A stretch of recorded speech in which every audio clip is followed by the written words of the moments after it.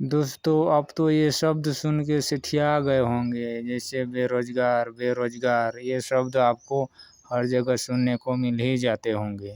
दोस्तों ये बेरोजगारी गांव देहात में बहुत ही महामारी की तरह फैले हुए हैं और अधिकतर लोग जैसे गांव देहात में रहते हैं वही लोग अधिकतर शहरों की ओर यानी रोजगार की तलाश में पलायन करते हैं। जब वो गांव देहात में काम नहीं होंगे तभी तो लोग शहरों की ओर पलायन करते हैं रोजगार की तलाश में। दोस्तों अगर आप गांव देहात से होंगे तो आपका ये जो खेती बाड़ी की जो काम है जो धंधा है वो तो पुश्तैनी धंधा ही होंगे। दोस्तों आपने अक्सर सुना ही होगा, कहीं न्यूज़ में सुना होगा, कहीं पेपर में देखा होगा कि ये जो सब्जियां हैं बहुत हाई रेट में बिक रहा है, ये सब्जी खाने के लिए नहीं मिल रहा, इतना रेट है उतना रेट है, ऐसा सुना ही होंगे।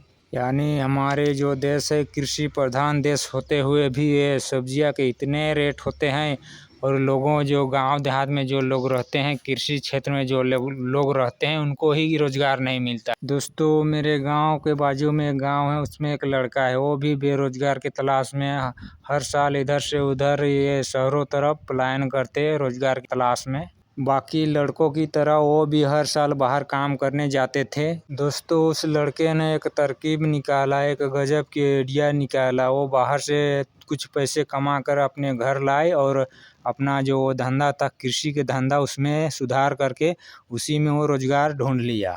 दोस्तों उस लड़का ने शेड बनाया है, एक बड़ा सा शेड बनाया है, उतना बड़ा भी शेड नहीं है, वो शेड प्लास्टिक का शेड बनाया है जो सफ़ेद कलर का होता है, जो प्लास्टिक उनसे वो शेड बनाया है।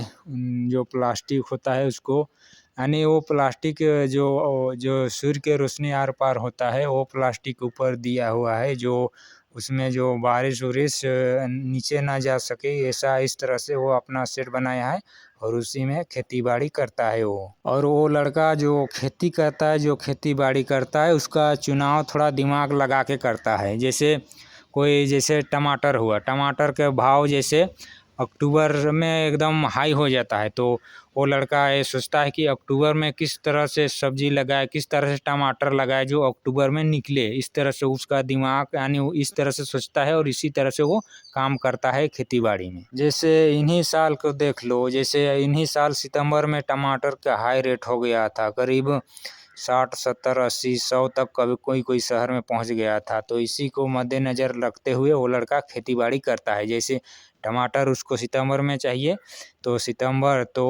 जून में लगा देगा टमाटर, तो जून जुलाई अगस्त सितंबर में उसको भरपूर मिलने लगेगा टमाटर। तो इस तरह से वो खेती बाड़ी करता है अपना वो जो शेड बनाया है उसमें। और जैसे वो लड़का मटर का खेती भी बहुत करता है। जैसे मटर का सीज़न आ गया तो मटर को कैसे सबसे फर्स्ट निकलाना है, मार्केट में अवेलेबल करवाना है, ये सोचता है। और वो जो मटर होता है उसको एकदम फर्स्ट पहले यानी पहले बहुत फर्स्ट लगा लेता है, क्योंकि उनके पास शेड है तो उनका जो बारिश का मौसम या धूप का ये सब का प्रॉब्लम उसको ज़्यादा आने वाला नहीं है, तो वो एकदम करेक्ट समय में फसल लगा देता है, यानी मटर को पर करेक्ट समय में लगा देता है, तो उसको यानी बेनिफिट बहुत ज़्यादा हो जाता है। यानी वो जो मटर होता है उसको सबसे पहले मार्केट में उतार देता है।